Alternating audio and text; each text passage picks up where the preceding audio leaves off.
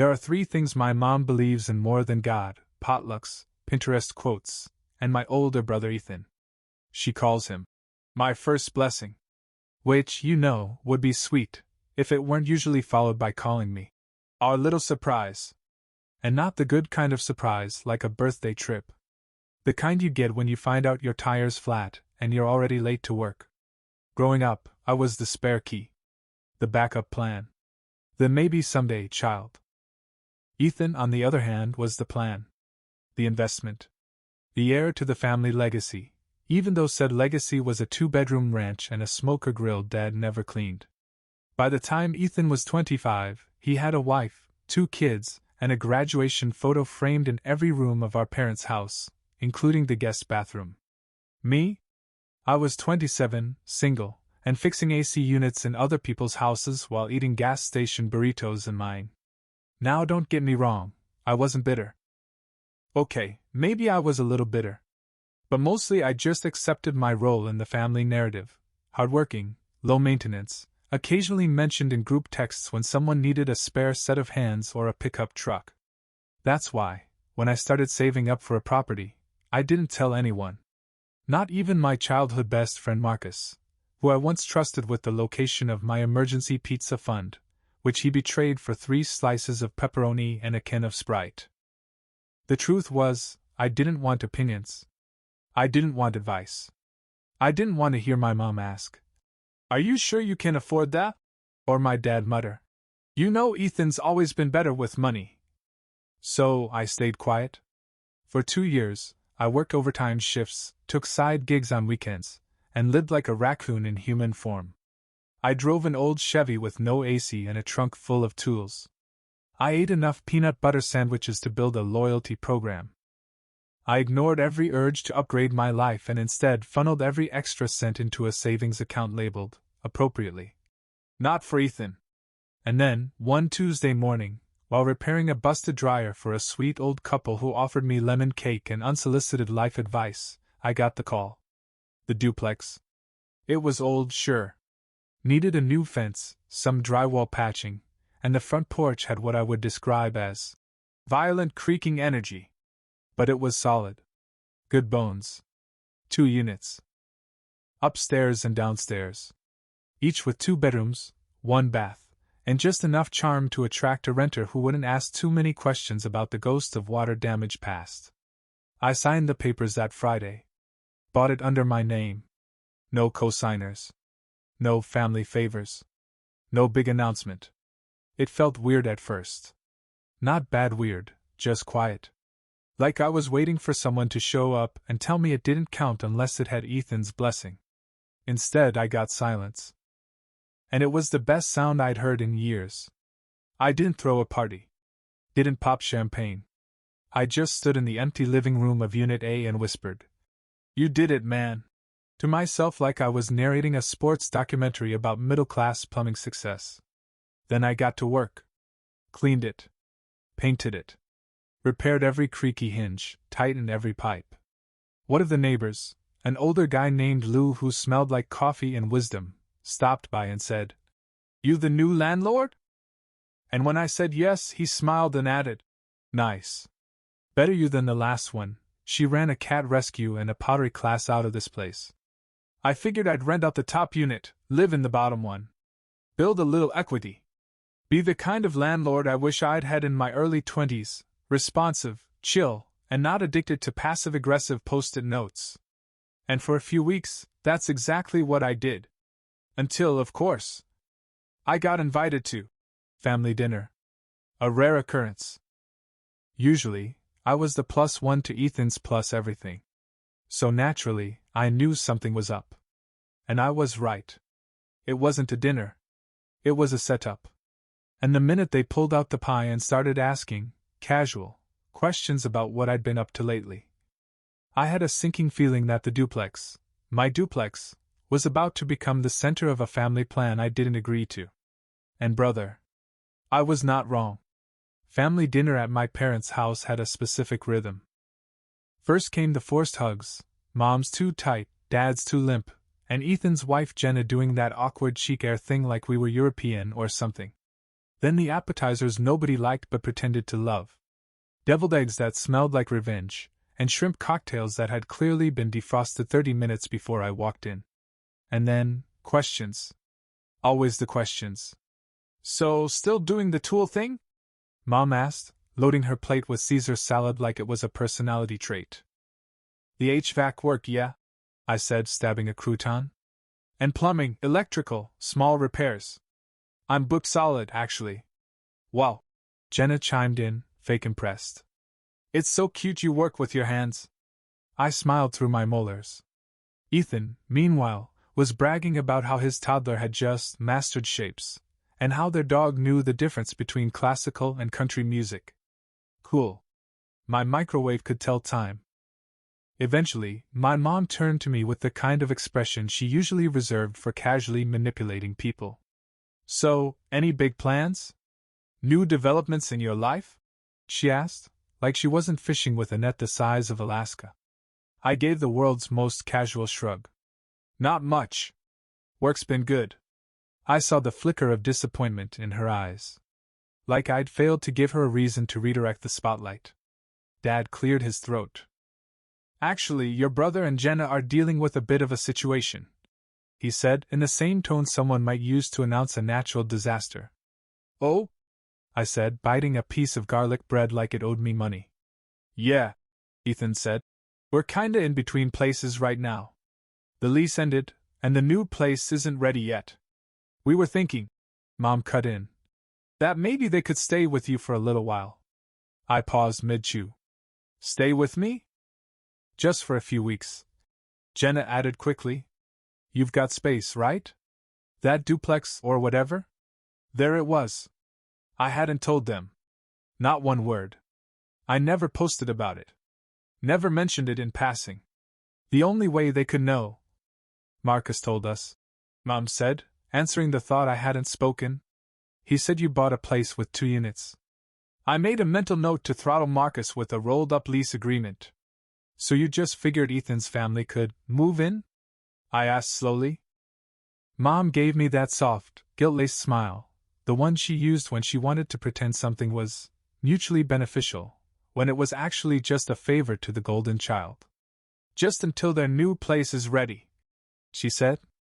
Besides, you've always been independent. It's not like you need both units. Ah. There it was. The free rent agenda. Like my success was a communal potluck, and Ethan showed up with an empty Tupperware and a fork. I already have tenants lined up. I lied because I'm petty, but strategic. Jenna blinked. Oh. That's sudden. You didn't even tell us you were buying, Mom said, now playing the hurt card. Why keep secrets? I figured it wouldn't matter, I said casually. Ethan usually gets the announcements. The table went quiet for a full 10 seconds.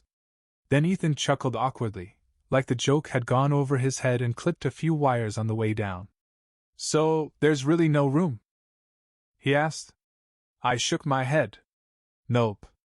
Both units are rented. Just signed leases last week. Which was true now. Because the next morning, I posted both listings and got 2 tenants by Friday. No family.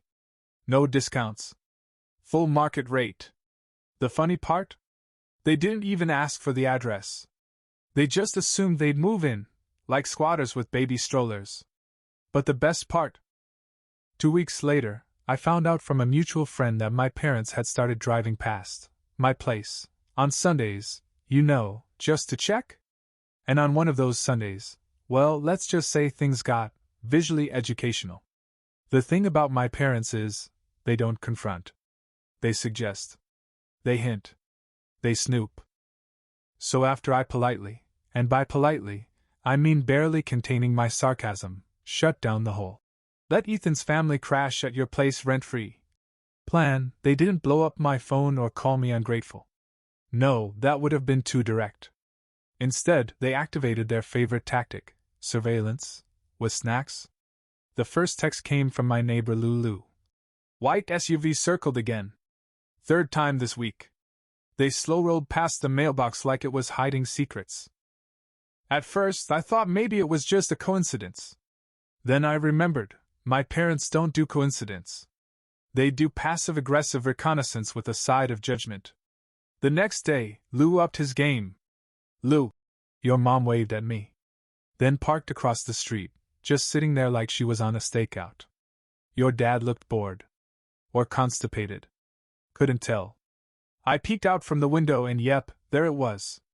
Mom's SUV, parked like a suburban submarine.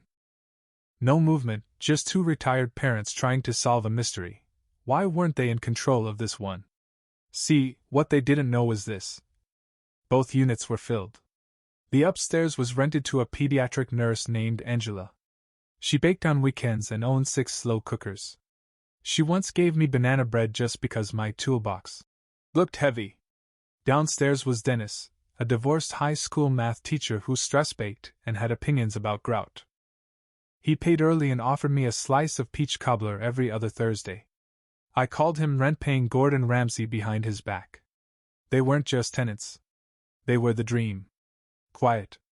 Responsible. Didn't ask for discounts or mention Ethan. Already better family than my actual one. And every Sunday, like clockwork, Mom and Dad would roll by in slow motion.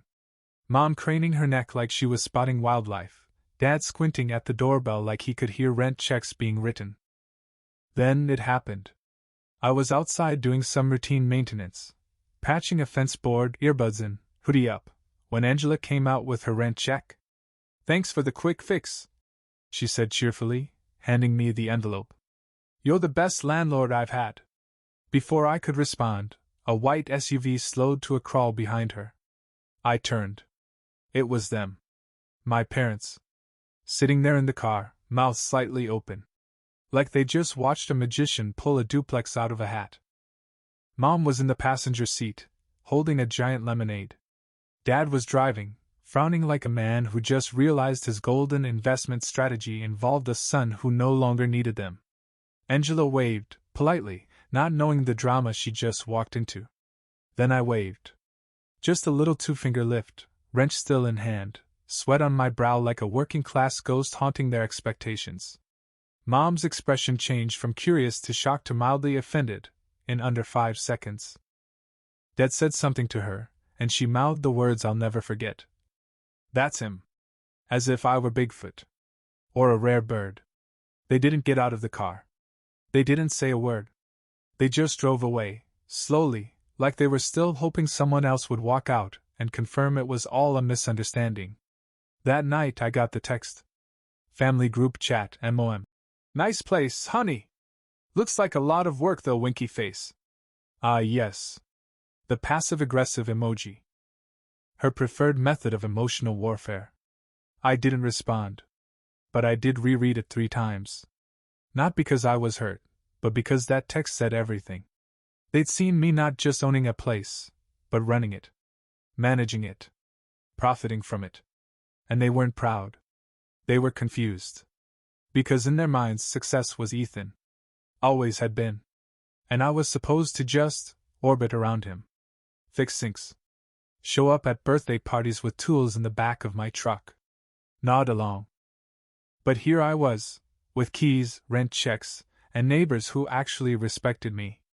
And for the first time in a long time, I didn't feel invisible. I felt solid. The group chat went silent for about a day after Mom's passive-aggressive, "Nice place, winking face" message. I thought maybe they were done. Maybe the little drive-by revelation had shaken something loose, some kind of long-overdue humility. But nope. By Tuesday morning, the chat lit up again like a Christmas tree, except instead of gifts, it was full of thinly veiled guilt trips wrapped in family values and delivered with emoji bows. Ethan. "Hey man, didn't know you had extra space. Kinda wild you didn't mention it." I stared at the message for a solid minute. "Didn't know you had extra space." Like I accidentally found a duplex in my couch cushions. "We just thought maybe you'd want to support your brother while his family transitions. You've always been so generous." Funny. I distinctly remembered loaning Ethan $300 back in 2019 and never hearing a word about it again. But sure. Let's pretend I'm the generous family ATM who's just forgotten to dispense lately. I typed. LOL. Deleted it, then stared at the screen. Then Ethan followed up with the cherry on the sundae. Ethan. It's just kinda disappointing, man. We're family. Ah. There it was. The all-caps family card. The trump card of guilt. The emotional blackmail of middle children everywhere. I didn't reply. Instead, I went and swept the front steps of my duplex. Angela waved at me on her way to work. Dennis shouted from his window that he'd left lemon bars by my door. It smelled like independence and citrus. Still, the messages kept coming. I just feel like this isn't who you are. You've always looked out for others. Ethan. It's not even about rent. We just needed somewhere stable for a few months. Thought you'd understand. Your brother has 2 kids. And a dog. It's not like they can just stay anywhere.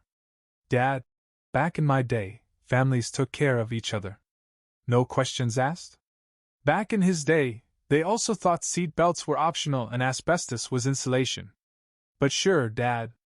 Let's bring that wisdom into 2025. I muted the chat. But internally? I was boiling. Not because they asked. Because they assumed. They assumed I'd just hand over the keys. That my work, the hours, the sacrifices, the skipped vacations, the years of getting called. The other one.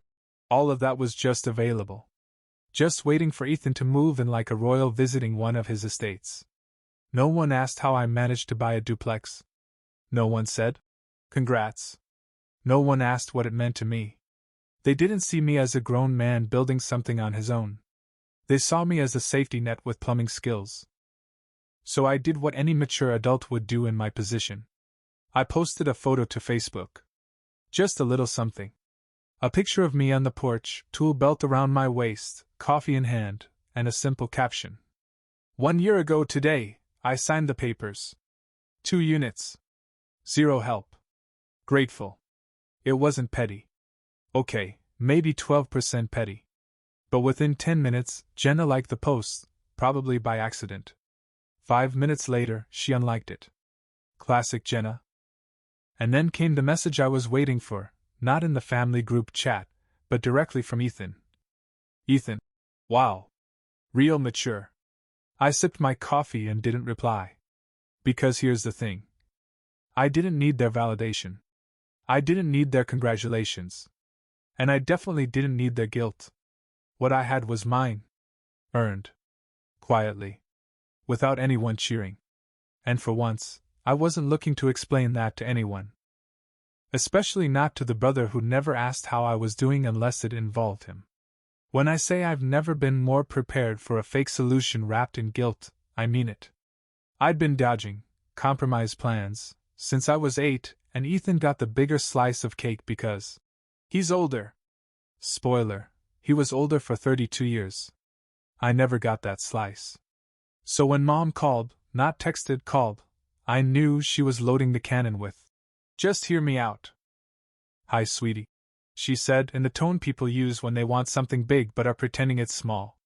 "How's the house?" The house. Singular. Not the duplex. Already minimizing. "It's good," I said flatly. "Busy week." She sighed, which was code for, "I've decided I'm the reasonable one now. Look, I know things got a little tense. But we've been talking, and Ethan's situation really is difficult. I know you said the units are rented, but maybe there's a way we can work something out." There it was. We. The family committee that always met without me. "Go on," I said purely for the sport. "Well, what if Ethan and Jenna stayed with you, just in your unit? You could share the space. They'd only need one of the bedrooms. And you could still collect rent from the upstairs." I blinked. "You want me to give up half my home for a family I wasn't told was coming?" She didn't miss a beat. "Well, just temporarily. And it's not like you're always there, right? You work long hours. It wouldn't be that disruptive." "You mean disruptive to me?" She paused. Then added brightly, "And the kids are very well behaved." I almost choked.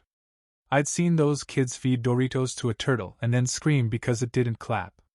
"Mom," I said slowly, This isn't about being difficult. This is my space. I worked for this. Alone. She softened her voice, switching tactics. I just don't want this to turn into a wedge between you boys. You've always been so close. I laughed. Out loud. The last time Ethan and I were close was when he borrowed my truck to move a couch and returned it with a cracked tail light and zero gas.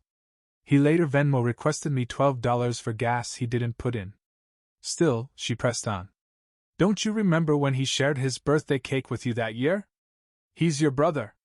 That was in 2003, I said. He dropped it. I licked frosting off the floor. Memories, she said brightly, as if I'd just complimented the family. Then came the real kicker. He's just under a lot of pressure right now. It would mean the world if you could show him what family's about. Ah, yes. The inevitable you're morally obligated to fix this speech. I let the silence stretch. Long enough to make her uncomfortable. Then I said, You're right. She perked up audibly. You're right. I repeated. It would mean the world for him to learn what family's about. Starting with respecting people's boundaries. The silence on her end was chilly. Then she mumbled something about thinking it over, and hung up. 10 minutes later, the family chat pinged. Dad, you're being selfish. Jenna, we'd keep to ourselves. You wouldn't even know we're there. Ethan, this is why you've always felt distant. You push people away. I stared at that one for a while. I push people away. Right.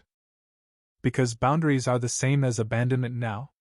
What they really meant was, you're not letting us benefit from your hard work, and that's uncomfortable. But here's the thing no one in that group chat understood. I hadn't built my duplex to prove anything. I built it so I'd never have to depend on people who made me feel small. And I wasn't about to shrink just to fit back into their expectations. After the group chat meltdown, I didn't respond. I didn't argue. Didn't explain. Didn't defend. Let them sit with it. Because I've learned something over the years. People who benefit from your silence will always be offended by your boundaries. That weekend I hosted a little cookout on the back patio. Nothing flashy, just me, Angela from upstairs, and Dennis from downstairs. Angela brought root beer pulled pork sliders that could win awards. Dennis brought his corn salad that looked like it came from a magazine. I brought the grill and a six-pack. It was the most relaxed I'd felt in weeks. Angela laughed at one of Dennis's dry jokes about HOA fees. I was halfway through my third slider when she handed me an envelope, rent, early again, and said, Don't spend it all on power tools and coffee. Too late. I grinned. That envelope wasn't just rent. It was a reminder.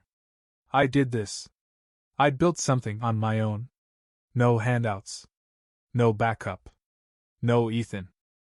Then, mid-laughter, we all heard it, that distinctive slam of a familiar SUV door across the street. I turned. Sure enough, white SUV. My parents. With Ethan. All three standing on the sidewalk like realtors scouting their next regret. No knocking. No warning. Just standing. Angela saw them first and leaned in, whispering. Oh. You expecting visitors? Not even a little, I said, grabbing another slider like it was a defense mechanism. They didn't say anything. Just stared. Dennis raised an eyebrow. You want us to clear out? No, I said calmly. They can watch. Maybe they'll learn something. It was surreal, standing on my porch, drink in hand, surrounded by people who respected me, while the family who doubted me watched like I was an exhibit. They just stood there. Not one word. Like they were waiting for me to cave and wave them over. Like this was all still negotiable. But I didn't move. Angela eventually waved, polite, Southern style. I just nodded. Not rude. Not cold. Just resolved. Mom looked visibly confused. Dad looked annoyed. Ethan looked like he just realized the guest list didn't have his name on it. Eventually, they got back in the SUV. Except Ethan, he lingered. Stared at the house like it owed him something. I wondered what he saw. Did he see the hours I'd spent repairing drywall at midnight? The budgeting spreadsheets? The toolbox I'd taken everywhere since trade school? Or just the fact that no one invited him? He turned finally, slow, then got in and slammed the door harder than necessary. They drove off. Didn't wave. Didn't speak. Just disappeared. Later that night, the family group chat came back to life. Ethan, guess we're moving into an extended stay hotel. Thanks for nothing. We tried. You made your choice. Dad, hope it's worth it. I stared at that one. Hope it's worth it. As if my peace, my home, my sanity, needed a price tag. I didn't reply. But I did step outside, where the porch lights glowed against the shingles I'd chosen. The siding I'd painted. The door I'd installed. Then I snapped a photo. Just me, standing on the porch, coffee in hand. Caption? Worth every brick. Didn't tag anyone. Didn't need to. Because 10 minutes later, Jenna texted me privately. Jenna, you're being cruel. And I laughed. Not bitter. Not smug. Just that deep, exhausted laugh of someone who finally realized he didn't need to explain himself anymore. It had been 4 days since the family group chat went dark.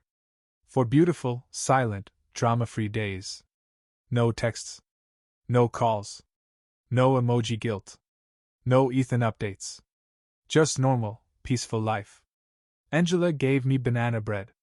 Dennis fixed the lawnmower cord because it was making him itchy just watching me struggle. I slept better than I had in weeks. And then the knock. Not a buzz. Not a doorbell. A knock. Firm. Intentional. I opened the door slowly, expecting maybe a package.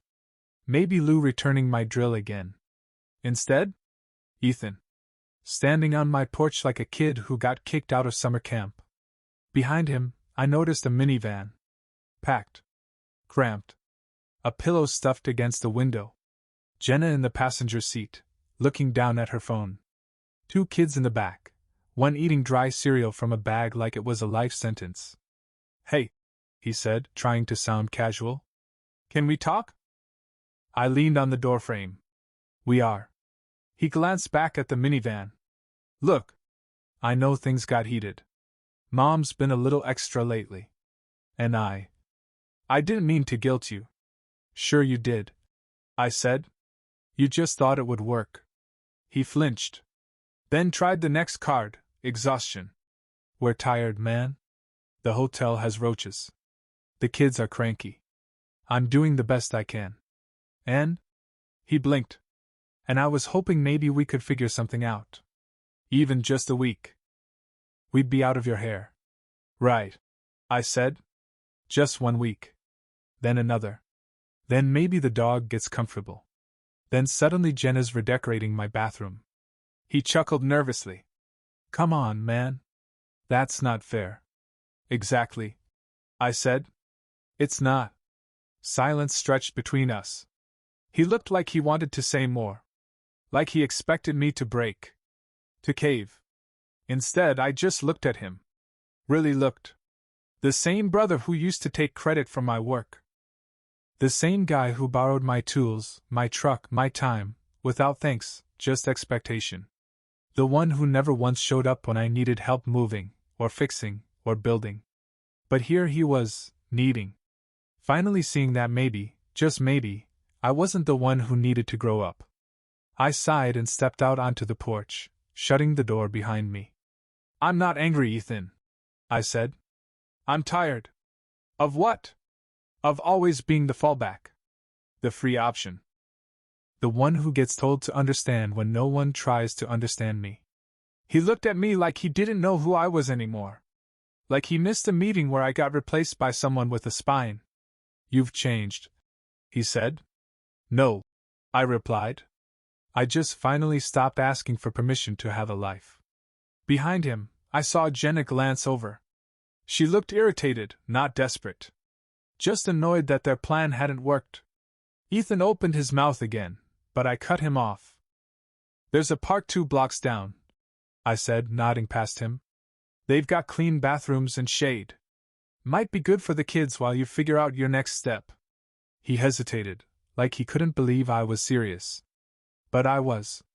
For once, I was the one setting the terms. And I wasn't about to unlearn the freedom I'd earned. He turned slowly and walked back toward the van. I didn't watch them drive off. I went inside, locked the door, poured a glass of iced tea. And for the first time in a long time, I didn't feel guilty about being the one who said no. 2 weeks passed. No knock. No text. No new messages in the family group chat. Silence. And let me tell you, it was the most peaceful silence I'd ever lived in. Angela and Dennis thrived.